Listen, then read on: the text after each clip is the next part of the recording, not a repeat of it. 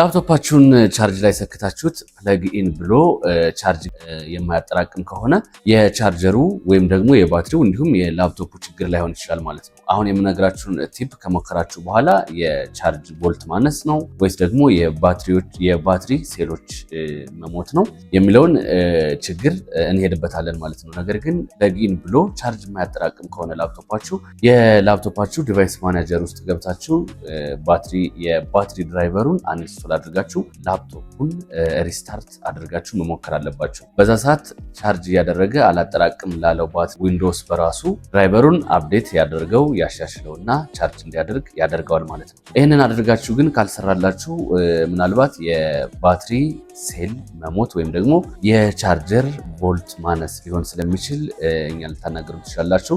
የቻርጀርም የባትሪም ፍላጎት ያላችሁ ሰዎች ደግሞ ቮይስ ዲጂታልን ልታወሩት ትችላላችሁ ማለት ነው። ፕለግ ኢን ብሎ ቻርጅ የማያጠራቅምላችሁ ከሆነ ግን ከመግዛታችሁ ወጪ ከማውጣታችሁ በፊት አሁን ያልኳችሁን ቲፕ